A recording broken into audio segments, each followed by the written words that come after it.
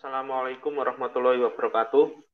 Alhamdulillah pada hari ini kita masih diberikan kesempatan, diberikan kesehatan untuk bisa melaksanakan perkuliahan, melanjutkan materi minggu kemarin, yaitu minggu kemarin kita belajar tentang hidrokarbon amina. Hari ini materinya masih sangat terkait dengan hidrokarbon amina, yaitu protein. Ya.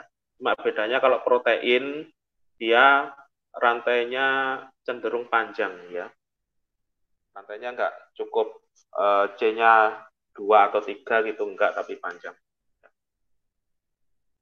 Ya, untuk mempersingkat waktu, langsung saja saya masuk tentang protein.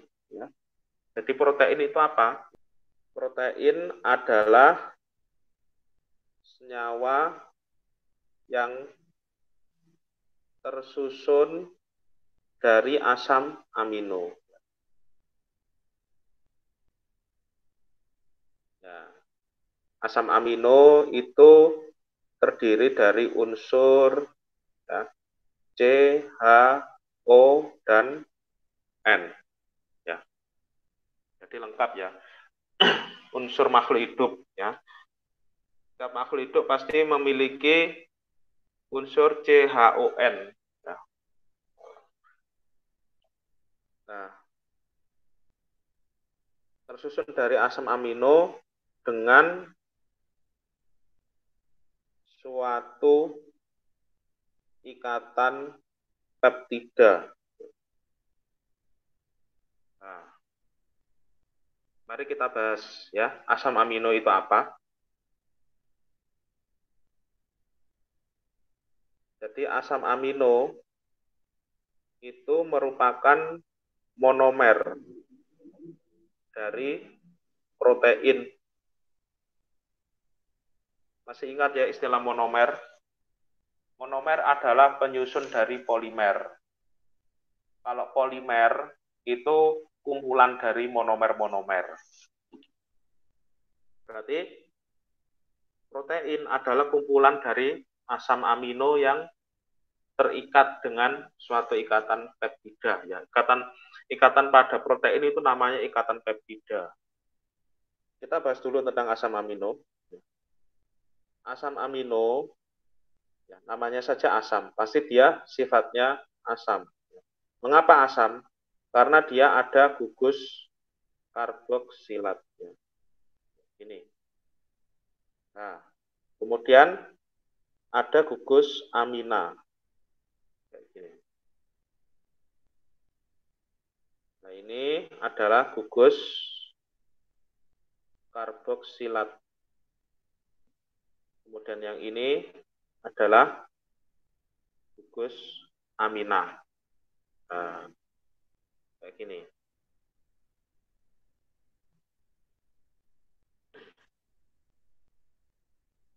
Nah, kalau kita cermati kembali, asam amino ini punya dua gugus, yaitu gugus karboksilat dan gugus amina, yang masing-masing gugus itu punya sifat yang berbeda.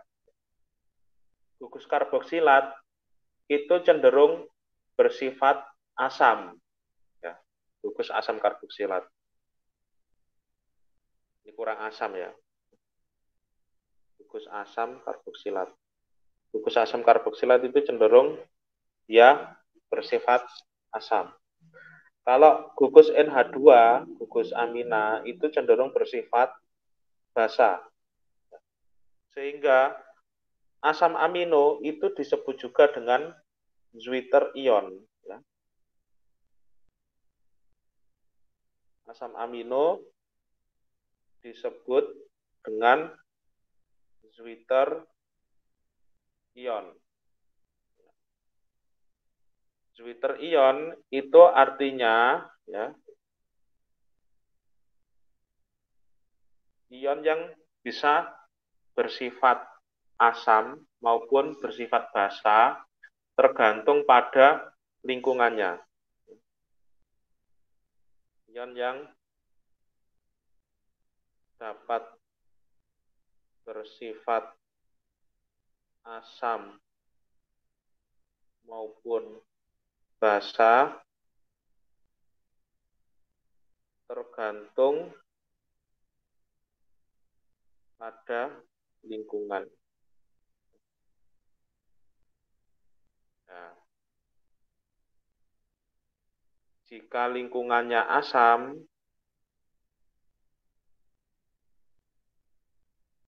maka asam amino bersifat basa.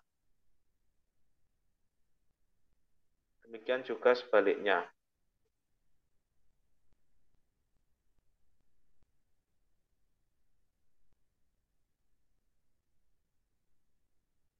Ya, saya tunjukkan bagaimana kalau asam amino bersifat asam. Kalau dia bersifat asam, ya, maka strukturnya kayak gini ya. Yang diunggulkan itu adalah gugus karboksilatnya. Jadi gugus karboksilatnya utuh, tidak berkurang sama sekali sehingga dia sifatnya tetap asam. Di sisi lain, gugus aminanya itu ada yang kurang. Ya. Karena gugus aminanya ini ada yang kurang, maka dia basanya, tingkat kebasaannya juga jadi berkurang. Nah, kayak gini.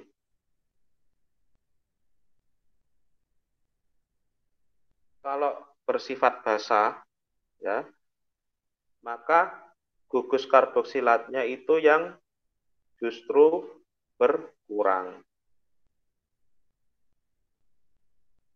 Oksigen kan gini gambarnya.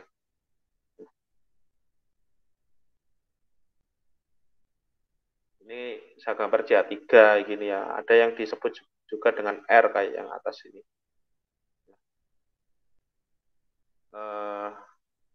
Berarti ini ya. Nah, N-nya punya satu PEB, kemudian ketambahan 1H untuk nanti bisa mengikat mohamin. Nah, kayak gini. Nah, sifat Wither ion ini sangat menguntungkan ya bagi asam amino. Makanya asam amino itu bisa bertahan pada kondisi asam maupun basa. Karena dia bisa bertahan pada kondisi asam dan basa, maka dia punya ini ya sifat hidup yang tinggi. Ya, istilahnya apa ya? Dia mampu bertahan pada segala kondisi ya. Asalkan bukan kondisi yang ekstrim banget ya. A sampai hanya satu ya, itu lain urusan ya. Itu berbeda ya.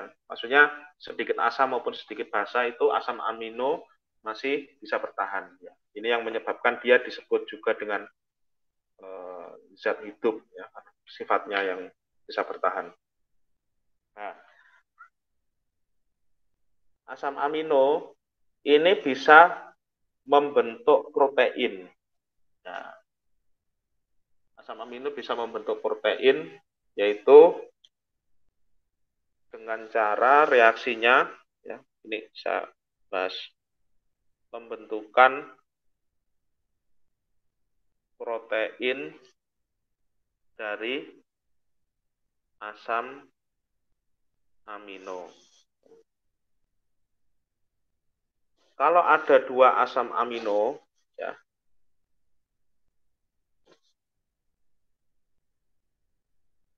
saya gambar yang paling sederhana saja ya. Nah, ini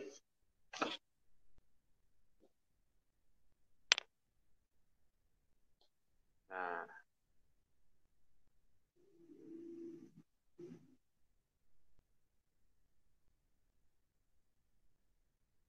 kemudian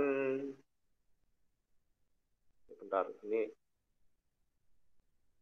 nah, ya benar ini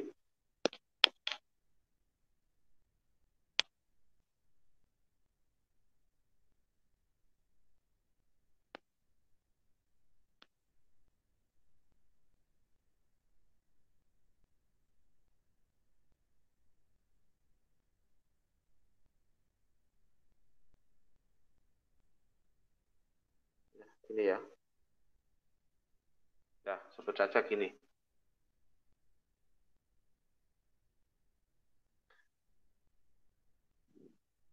Nah, ini nanti dalam reaksinya ya terjadi reaksi pembentukan H2O ya. Atau biasanya apa kalau reaksi pembentukan H2O itu? Dia kehilangan H2O, dehidrasi. Tapi dalam hal ini bukan ya bisa dibilang mirip dengan reaksi dehidrasi tapi bukan reaksi dehidrasi karena di sini reaksi pembentukan protein ya. Nah, jadi ini dan ini ya.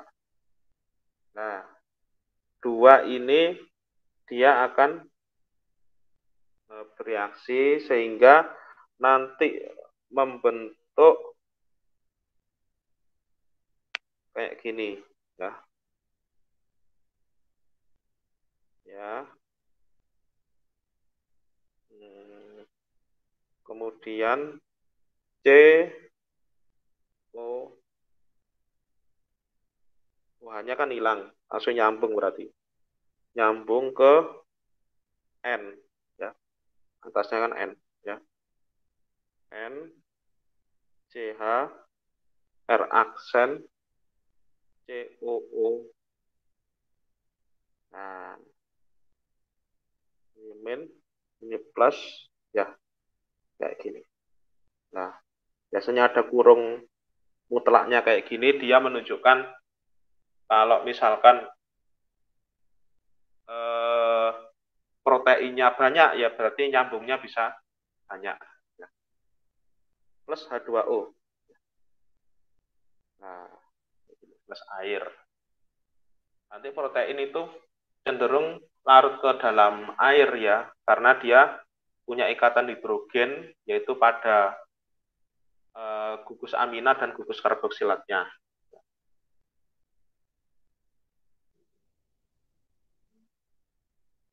Nah, kemudian mana yang dikatakan ikatan peptida ya? Yang dikatakan ikatan peptida itu adalah yang saya kasih tanda orange ya. Itu ini.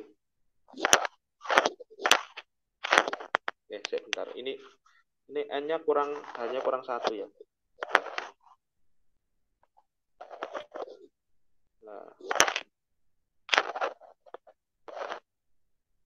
Nah, kayak gini ya. Ini yang disebut juga dengan ikatan peptida.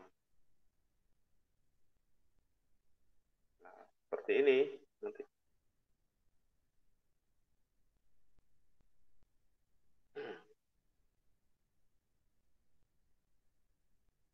Nah, ada beberapa uji tentang protein. Itu ada uji yang membuktikan apakah ada ikatan peptida atau tidak. Nah, itu nanti kita bahas di akhir-akhir ya. Nanti saya jadikan tugas membuat video ya. Nah, sebenarnya yang diuji itu adalah keberadaan ikatan peptida ya. Misalkan ada suatu zat warnanya kuning ya, itu nggak tahu kuning telur atau apa atau cat atau apa, diuji aja. Diuji kalau dia ada ikatan peptida yang putus menunjukkan warnanya berubah ya, kekentalannya berubah, ya, maka dia termasuk protein ya. Tapi kalau tidak ada reaksi apa-apa ya, kekentalannya tetap, warnanya tetap, ya berarti dia bukan protein. Itu nanti ada khusus tentang pembahasan pengujian protein. Nah ini jadi asal-usul protein dari asam amino. Kemudian protein itu bervariasi, ya. Bervariasi jumlah asam aminonya.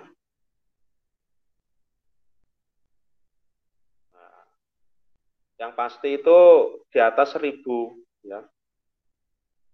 Ya nanti silakan kalian cari sendiri ya. Ini nggak bisa saya sebutkan satu-satu ya.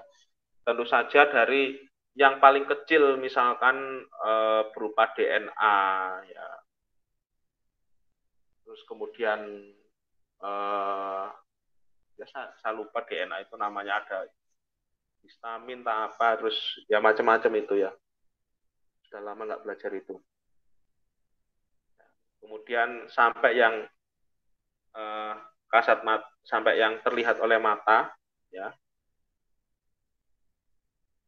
seperti kuning telur ya kemudian ya kulit kita rambut kita kuku ya itu semuanya ada proteinnya ya.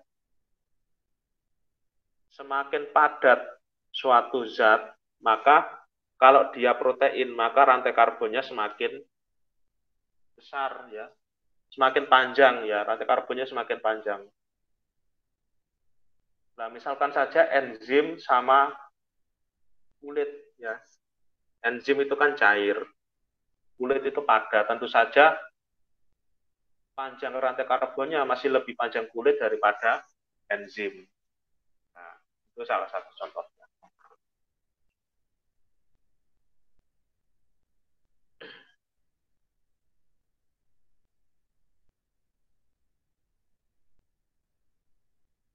Kemudian struktur protein.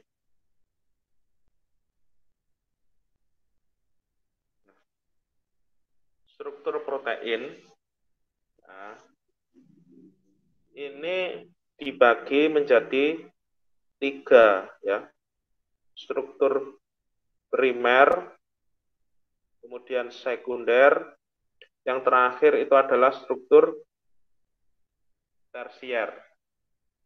Ini.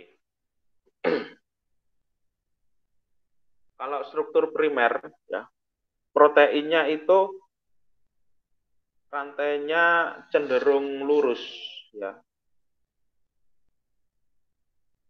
Cenderung lurus. Nah, kemudian terbentuk dari asam amino yang cabangnya itu tidak terlalu panjang ya. Jadi atau terbentuk dari asam amino yang meskipun punya cabang itu cabangnya nggak aneh-aneh ya, nggak banyak ya. Terbentuk dari asam amino tidak bercabang ya. Ya. Kalau sekunder itu kalau lurus kan saya gambarkan gini ya, lurus. Kalau sekunder itu gambarnya kayak zigzag gini ya, tidak lurus. Atau ya strukturnya zigzag. Nah, berasal dari asam amino bercabang pendek ya. Bercabang tapi cabangnya pendek dan sedikit ya. Pendek dan sedikit. Kalau tersier ya. Kalau tersier itu bentuknya gimana ya? Nah, pokoknya gini ya. Tidak teratur. Tidak teratur. Asam terbentuk dari asam amino bercabang banyak. Sebenarnya ada satu lagi asam amino yang paling ruwet ya, yaitu kuartener. Ini bentuknya semakin nggak teratur ya, kuartener. Gini. Itu sangat tidak teratur. Ya. Strukturnya sangat tidak teratur. Kemudian terbentuk dari asam amino yang sangat bercabang dan cabangnya itu macamnya sangat banyak ya. Terbentuk dari asam amino bercabang sangat panjang dan banyak.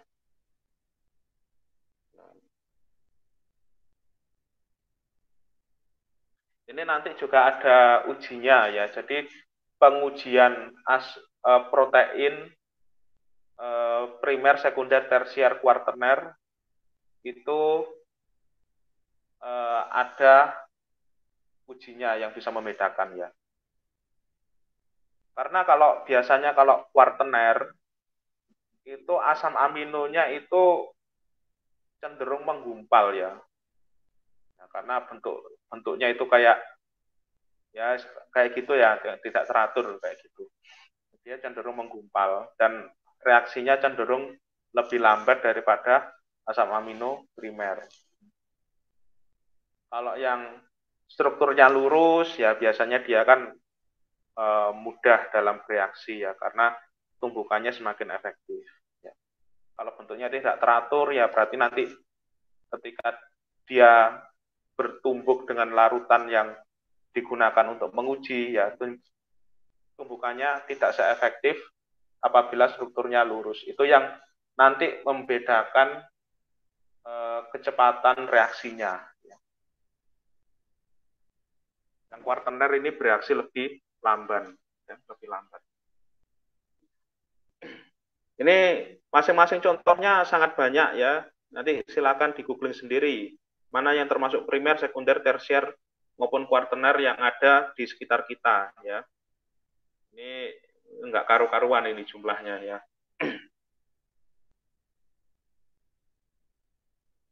Nah, kemudian contoh protein ya. Ya, contoh protein di sekitar kita. Nah, itu ya macamnya banyak ya. Misalkan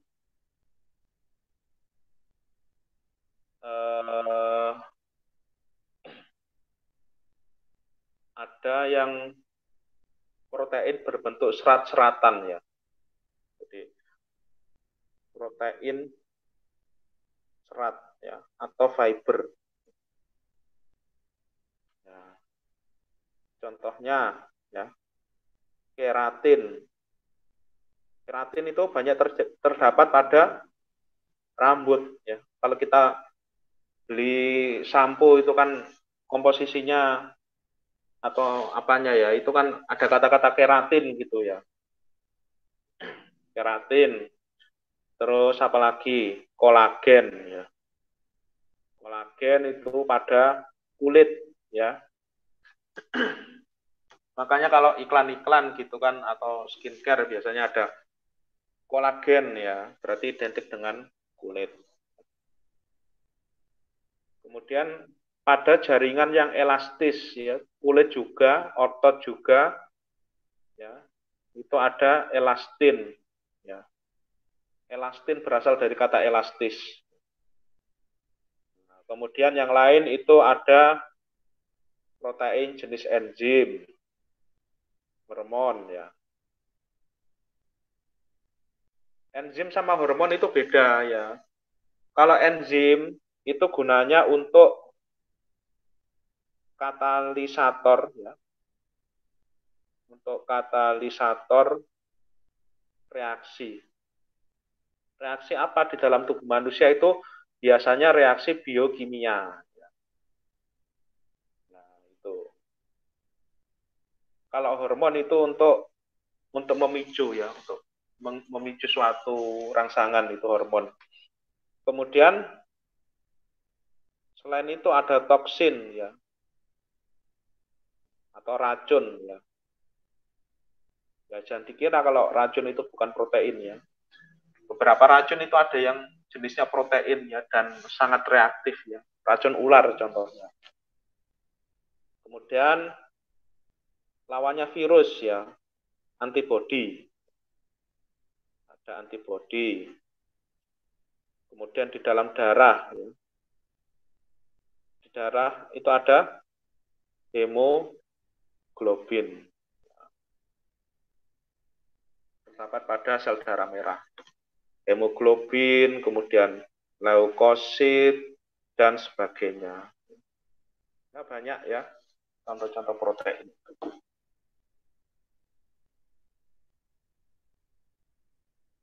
Sebagai tambahan, untuk protein itu mungkin sering mengalami beberapa reaksi ini ya. Jadi reaksi yang sering terjadi pada protein. Reaksi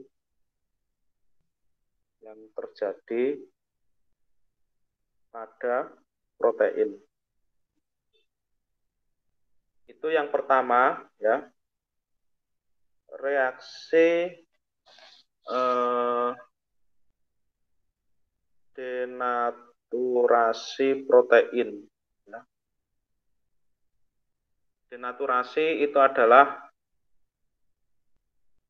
bisa disebut juga dengan reaksi penguraian ya, atau ya intinya perubahan struktur. Ya. Perubahan struktur. Nah, ini biasanya terjadi kalau dia protein ya, dia dipanaskan ya, dikasih kalor, dia tetap jadi protein dengan struktur lain. Dengan struktur lain tergantung seberapa besar panas yang digunakan. Yang kedua itu tergantung seberapa lama panas itu diberikan. Jadi itu mempengaruhi. Semakin besar panas yang diberikan dan semakin lama waktu yang digunakan untuk memanaskan protein itu, maka strukturnya semakin berubah jauh dari asalnya. Itu reaksi denaturasi. Yang kedua ini sering terjadi ketika percobaan ya, baik di laboratorium maupun di industri sekalipun kayaknya ada ya. Jadi reaksi protein dengan asam atau reaksi pemutusan ikatan peptida.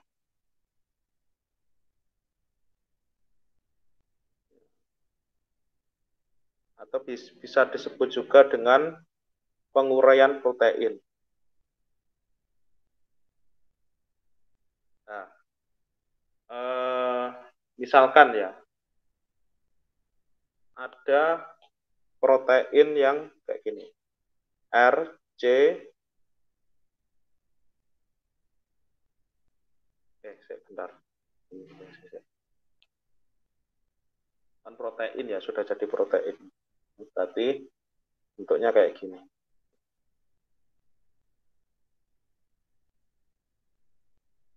Ini, nah, ini, nah,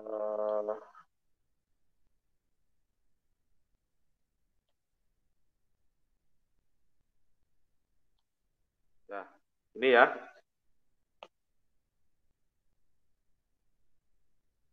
Nah, gini. Kemudian dia ini plus H2O ya. Kemudian dengan katalis asam. Ya. Terus ini asam. Biasanya itu ada treatment suhu juga. Ya. Tapi biasanya suhunya tidak mendominasi. Yang mendominasi itu asamnya. Maka ini bisa terurai ya. Jadi ikatan peptidanya putus. Sehingga dia nanti menjadi hanya masuk ya, berarti jadi NH2CR, kemudian nah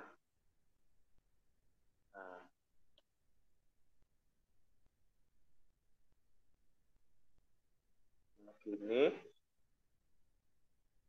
nah gini ya, jadi asam amino.